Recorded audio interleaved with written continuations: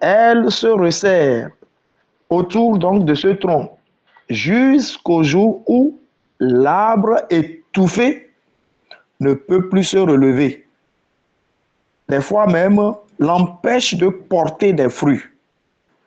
Alors, cette image nous révèle la situation de la dette. Lorsque quelqu'un s'engrange dans une dette mal maîtrisée, cette dette mal maîtrisée agit de la même manière. Elle prend le contrôle du revenu de la personne, elle prend ensuite le contrôle du temps de la personne pour dire qu'elle prend contrôle même des décisions de la personne. Ce n'est plus un problème d'argent pour cette personne, mais c'est une forme d'esclavage moderne, silencieuse et progressive.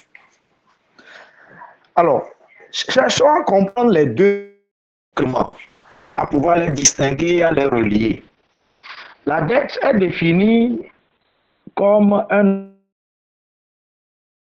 une somme empruntée à quelqu'un ou bien auprès d'un proche, une banque ou encore auprès d'une microfinance. Et a été contractée selon des conditions de délai et d'intérêt, peut-être acceptées dès le départ par le débiteur, le créancier. Mais qu'en est-il de l'esclavage? Au fait, l'esclavage moderne dont nous parlons n'est pas une invention comme les inventions de la technologie que nous voyons aujourd'hui. L'esclavage est aussi vieux que le monde. Mais l'esclavage au XVIIIe siècle, au XVIe siècle et autres, était un esclavage visible que tout voyait. On voyait les négriers, les bateaux négriers arriver. On voyait comment on achetait les gens, comment on les traitait. Il faut dire que l'esclavage existait même dans l'Antiquité. Même les textes religieux, les saintes écritures en parlent. Mais aujourd'hui, c'est une autre forme.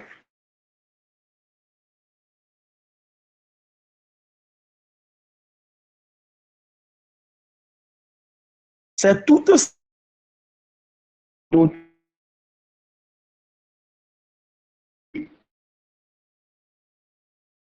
cela dit l'esclavage forme qui ne dit pas son nom.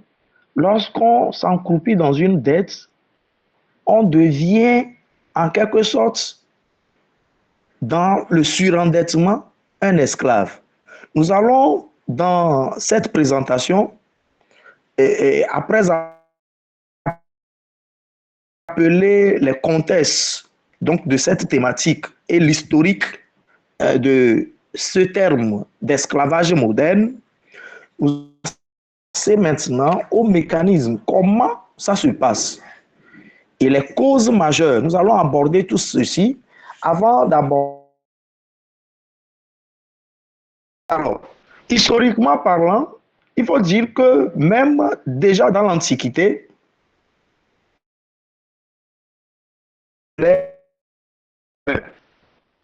le gage humain.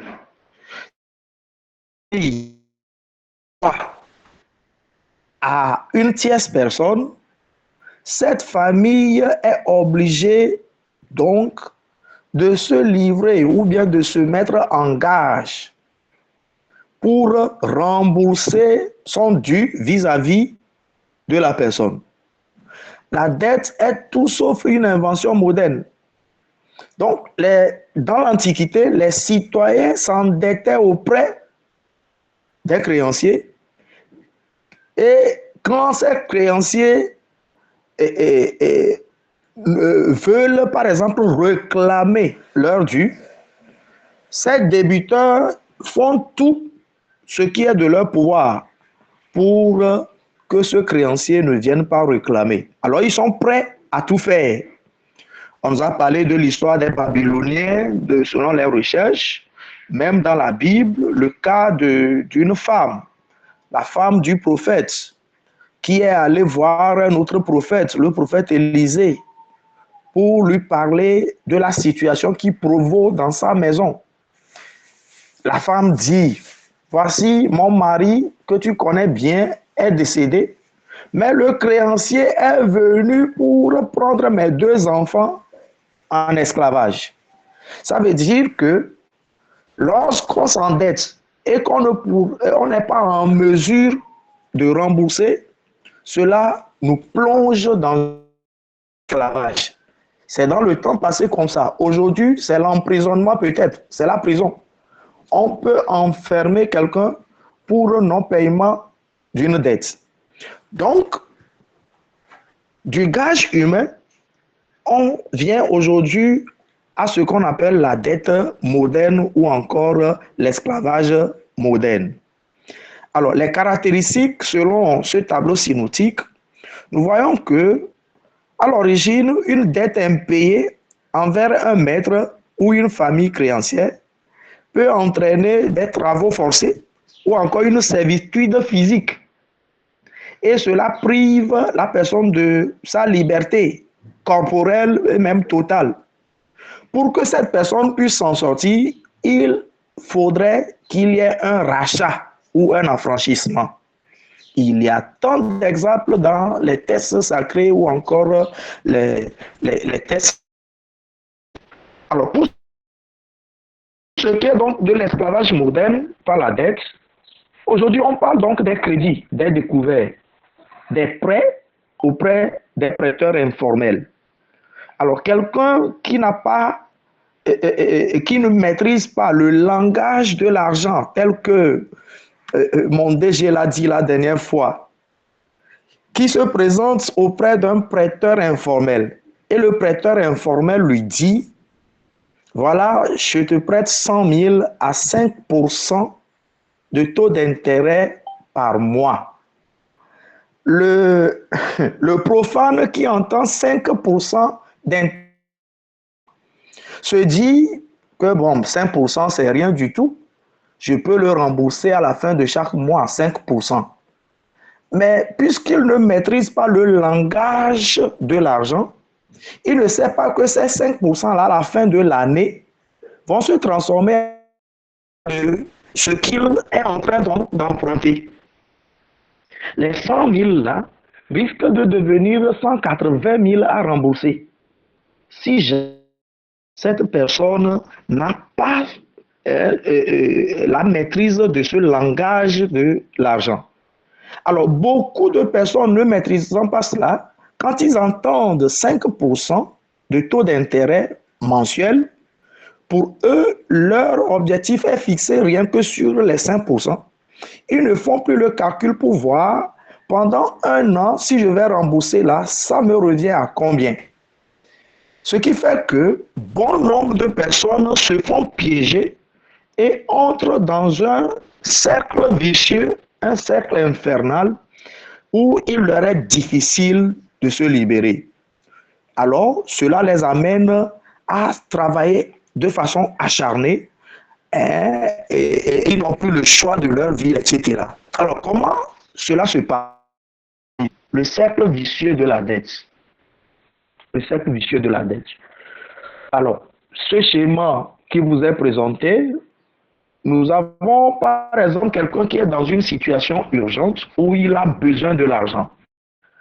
N'ayant pas un fonds de sécurité ou un fonds d'urgence, il est obligé de se tourner vers un prêteur, peut-être un prêteur informel. Il fait son emploi et maintenant, il est en difficulté de remboursement. Il n'arrive pas à rembourser.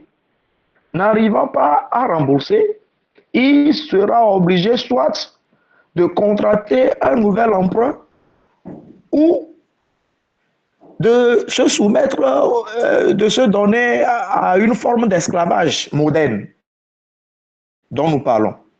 Ce qui fait que une telle personne rentre dans une dépendance croissante. et les besoins urgents, les envies ne vont jamais cesser d'exister dans la vie.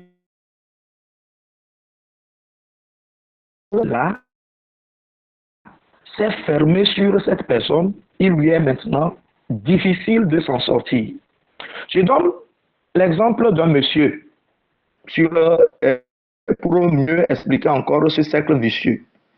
Voilà un collègue enseignant qui, parce que n'ayant pas de fonds d'urgence à ses côtés, la banque lui propose un prêt pré-embauche. C'est-à-dire, il n'a pas commencé par percevoir son salaire. La banque lui trouve un montant à l'avance afin qu'il puisse subvenir à ses besoins.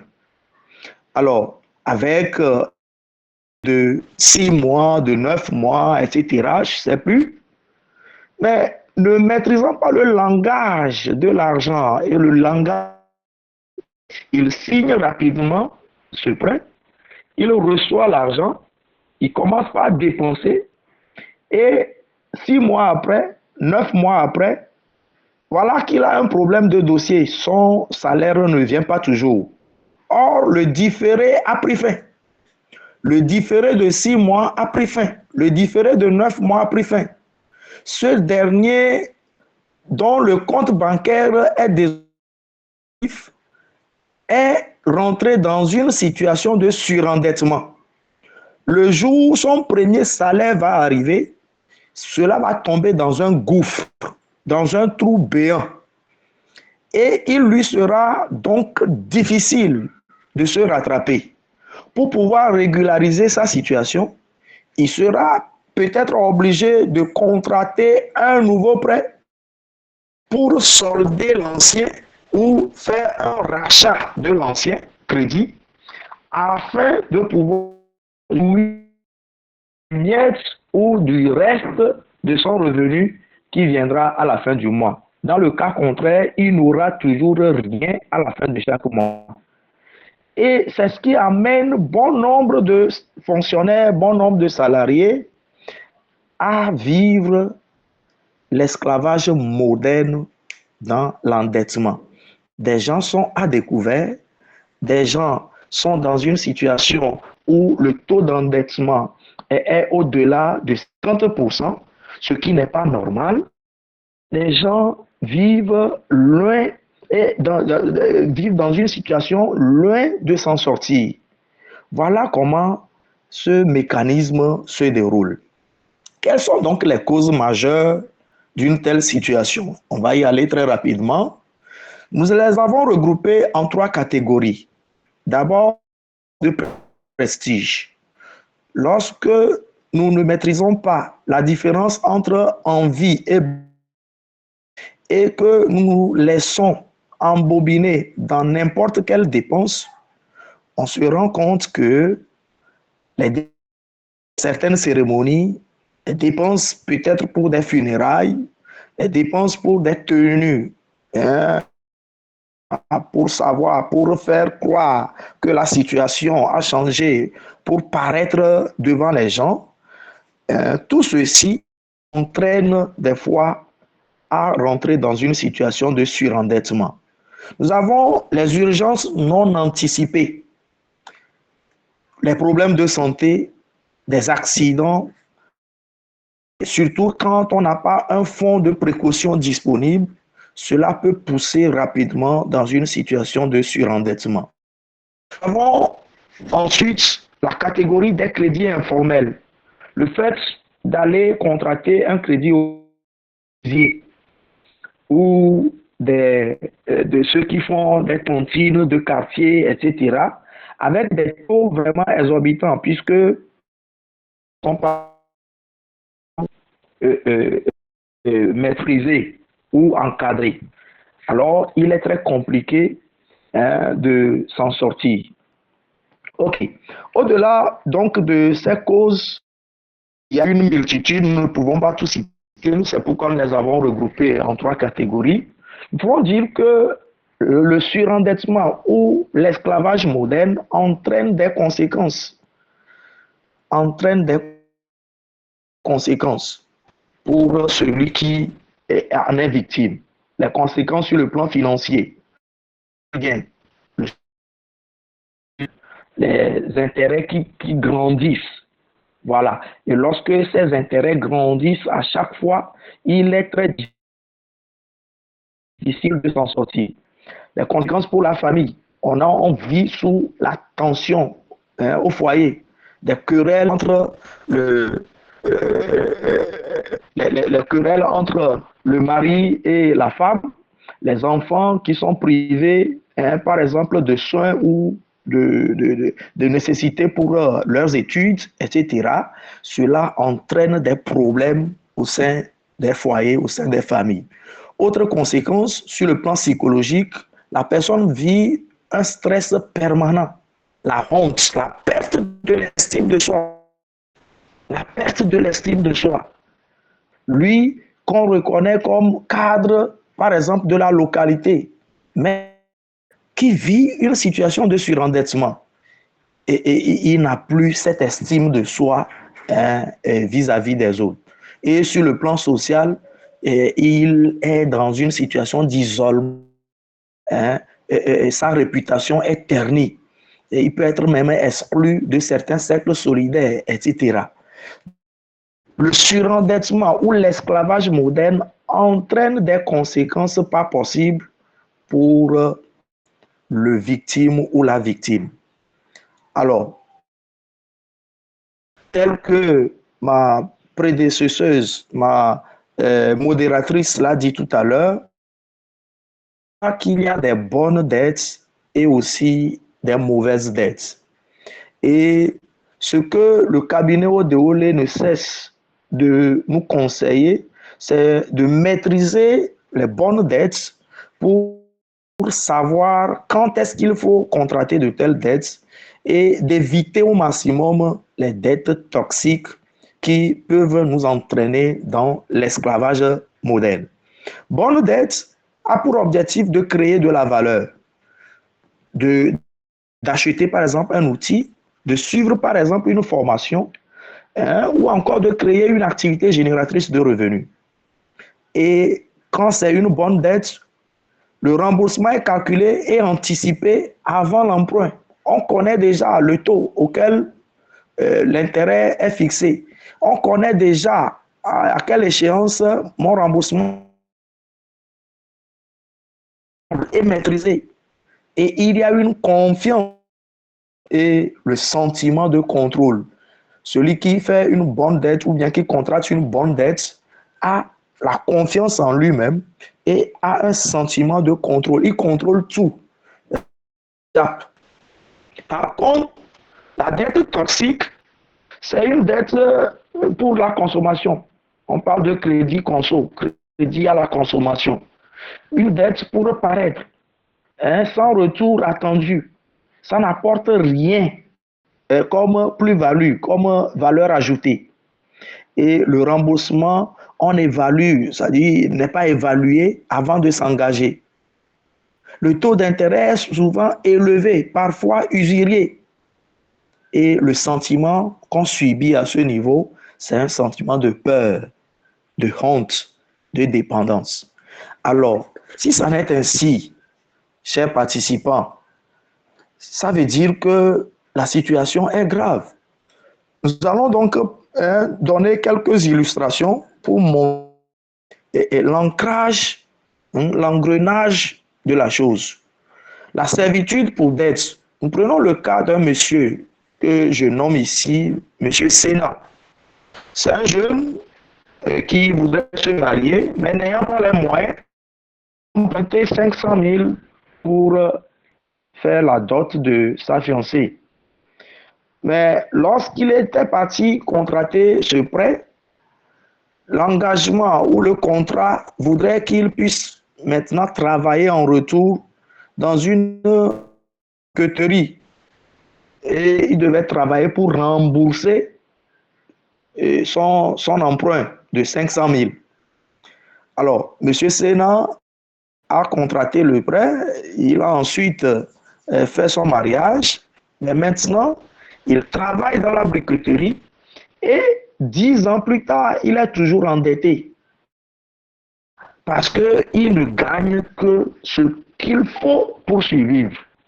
Il ne peut même pas épargner, il n'arrive pas à épargner, il n'arrive pas à mettre de l'argent de côté, il n'arrive pas à réaliser quoi que ce soit.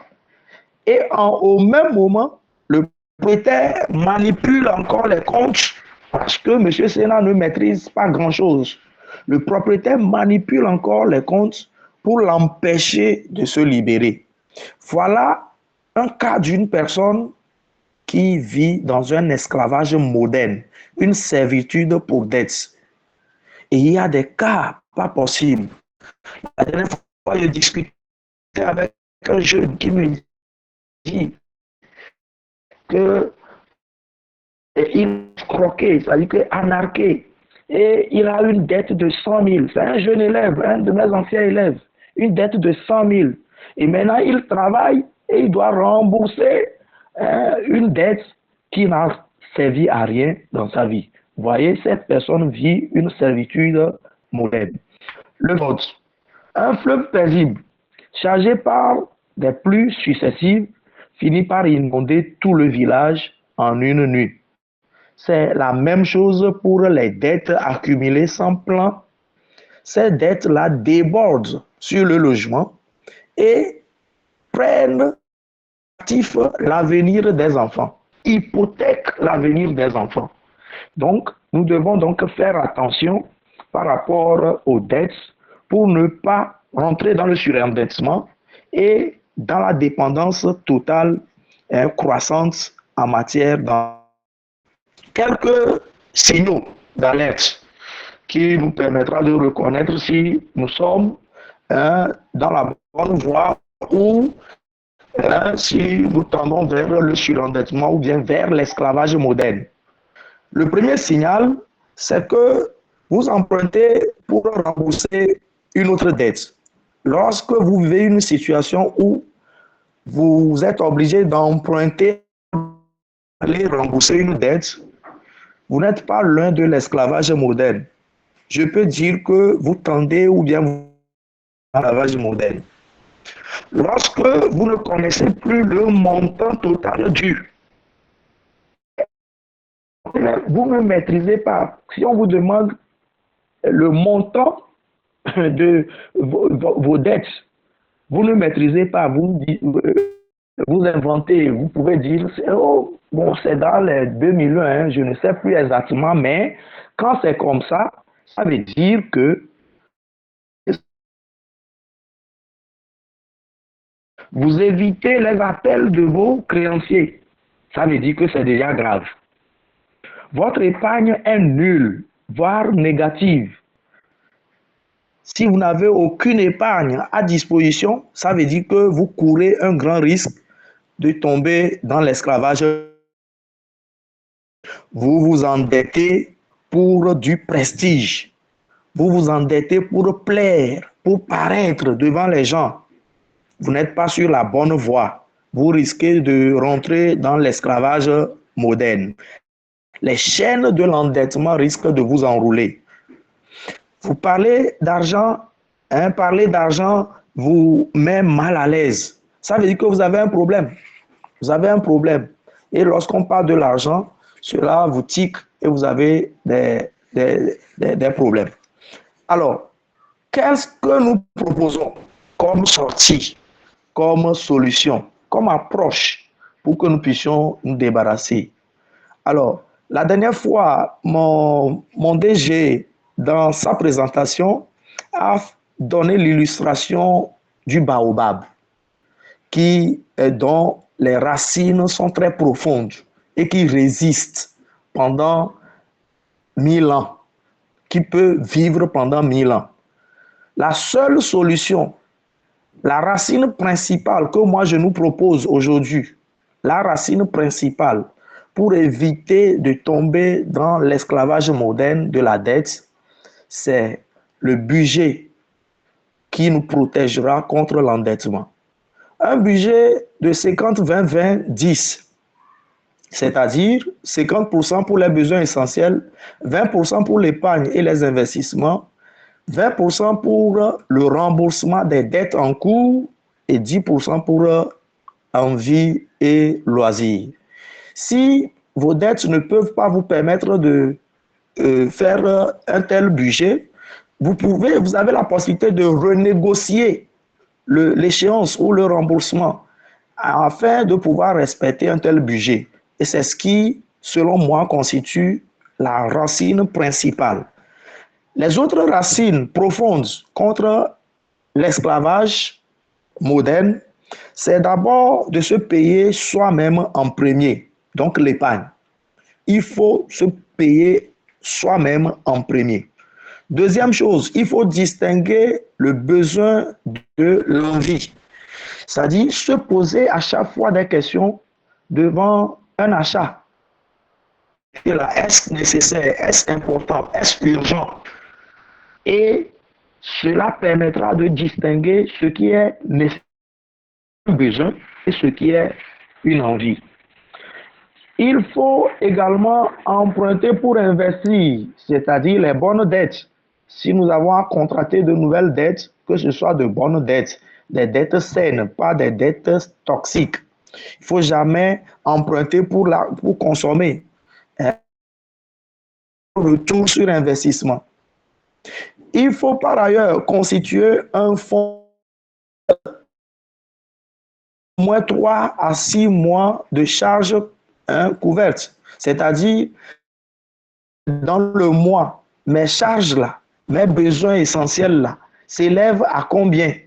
Combien ai-je besoin pour...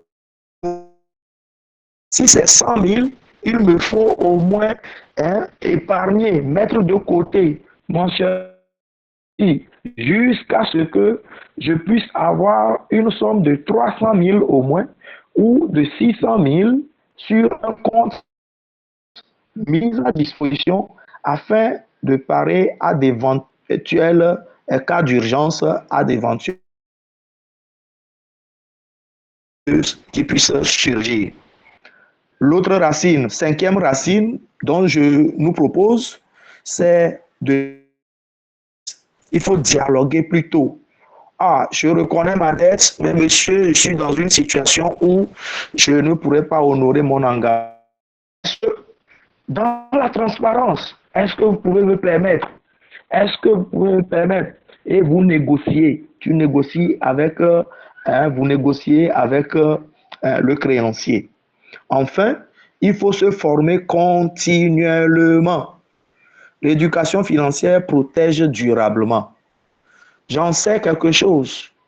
Quand j'ai fait la connaissance du cabinet Odeolé, où j'ai suivi ma formation, et les conseils des uns et des autres, les encouragements des collaborateurs ont fait que aujourd'hui, je peux dire que moi aussi, je ne vis pas trop sous stress financier.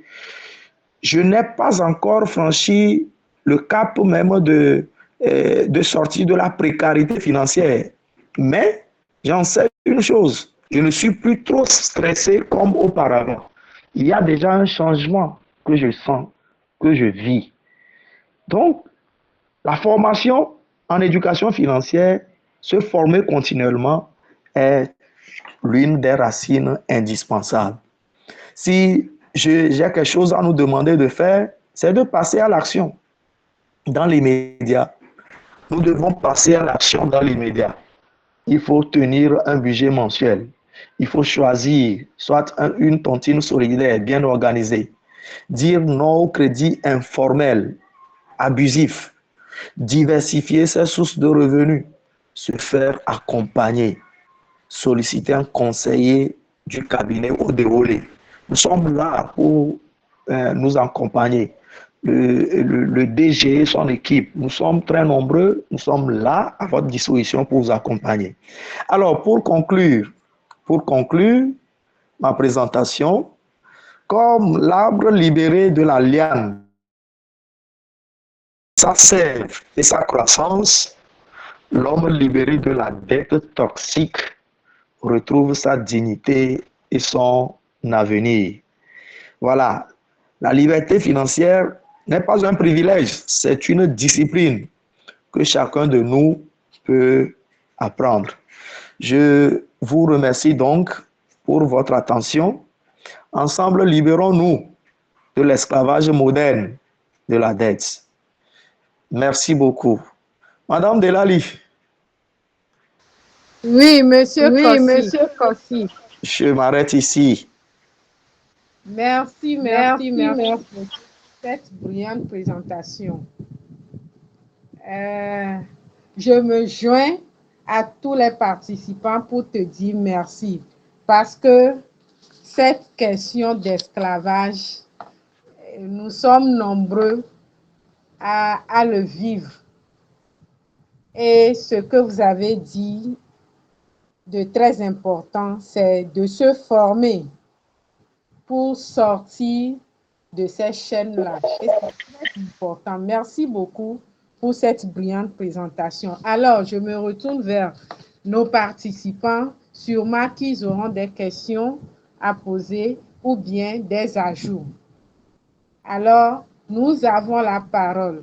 Chers participants, chers panélistes, je pense que beaucoup d'entre vous ont des questions à demander ou bien à poser aux conférenciers. Vous avez la parole.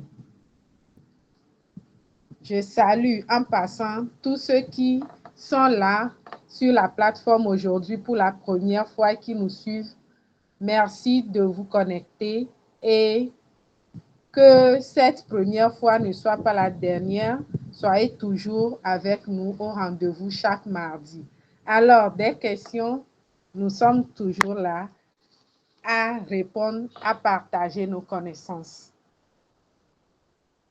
Monsieur Philippe, Monsieur Kafouata, Monsieur Léopold, je vous salue de passage.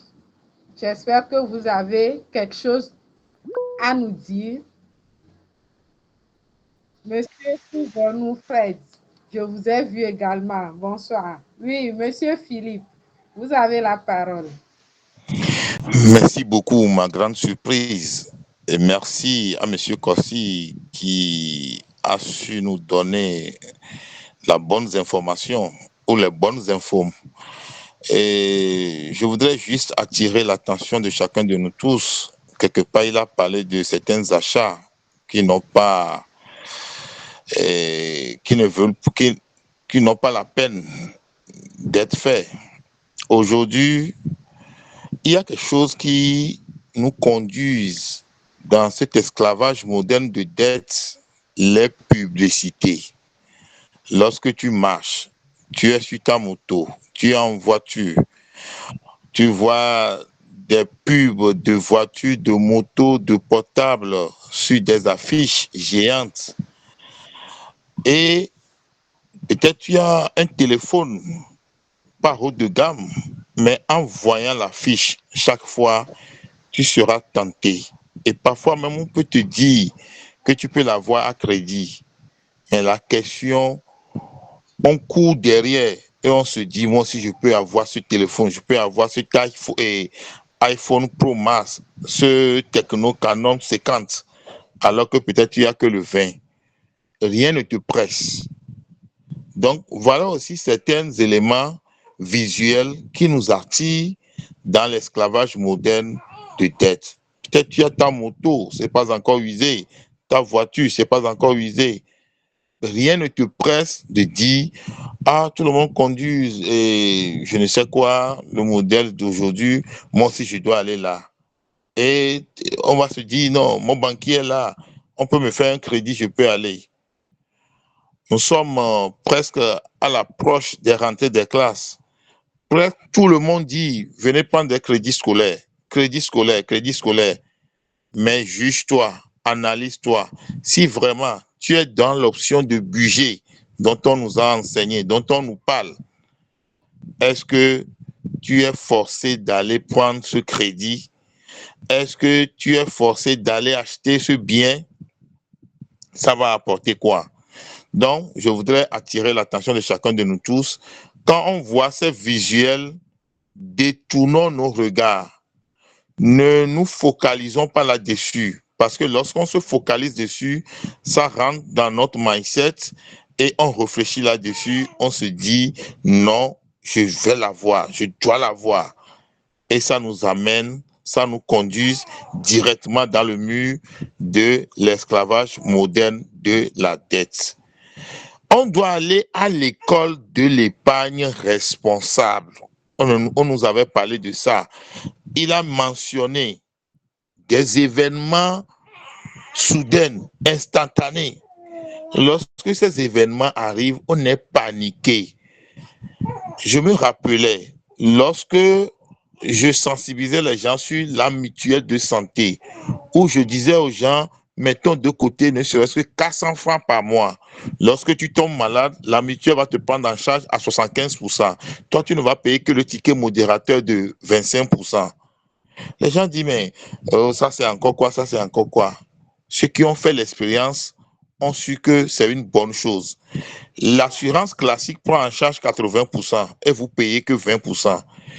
Mais aujourd'hui, combien ont ce courage de mettre de côté quelque chose que peut-être mon fils, ma fille, un membre de ma famille, moi-même, il peut y avoir un accident, il peut y avoir un bobo tel, ou mon engin peut tomber en panne, ou quelque chose peut arriver dans la maison, une réparation. Quel argent je vais utiliser? On doit être prévoyant. C'est pourquoi dans le budget d'aujourd'hui, on ne met pas imprévu. Il faut prévoir tout, il faut tout écrire, il faut tout mentionner. C'est vraiment très important. Investissons en nous, pour conclure, investissons en nous. Approfondissons les choses qu'on apprenne avec le cabinet Odéolé. Ça va beaucoup nous aider, ça va nous amener à bon port. J'ai trop aimé la conclusion du formateur qui a dit, quand il a rencontré Odéolé, il n'a plus ce souci de stress financier. C'est un souci qui tue. Moi qui vous parle, petite parenthèse, j'ai touché le fond dans ma vie. Ce qu'on appelle être endetté, être surendetté, je l'ai connu. Mais ce n'est pas le biais des conseils de ceux qui maîtrisent la finance, ceux qui ont touché du doigt à ce qu'on appelle la finance.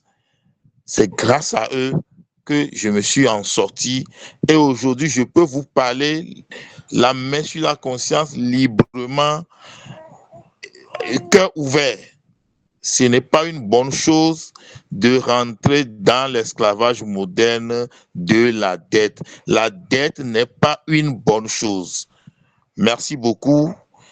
Encore une fois, merci au formateur. Merci beaucoup, Monsieur Philippe, pour ces ajouts. C'est important. Il faut.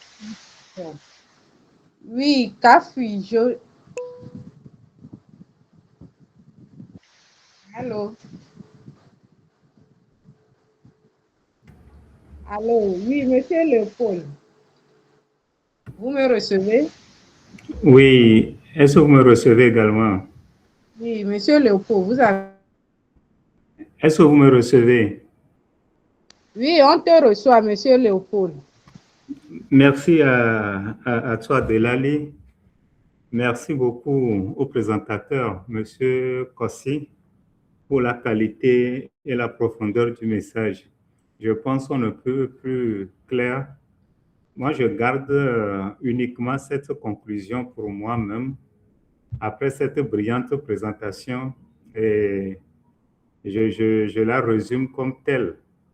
Lorsqu'un besoin d'argent conduit à l'emprunt, puis à l'accumulation de dettes et d'intérêts, on voit que toute personne peut être amenée à contracter de nouveaux crédits jusqu'à devenir financièrement dépendante et perdre progressivement sa liberté.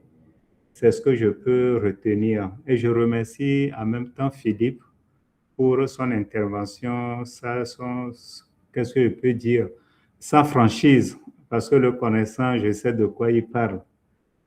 Merci beaucoup pour cette présentation. On est ensemble. Merci beaucoup, Monsieur Léopold. Alors, nous avons encore 7 minutes. S'il y a des ajouts, bien des questions, nous sommes encore là avant de donner la parole à M. Michel pour son point.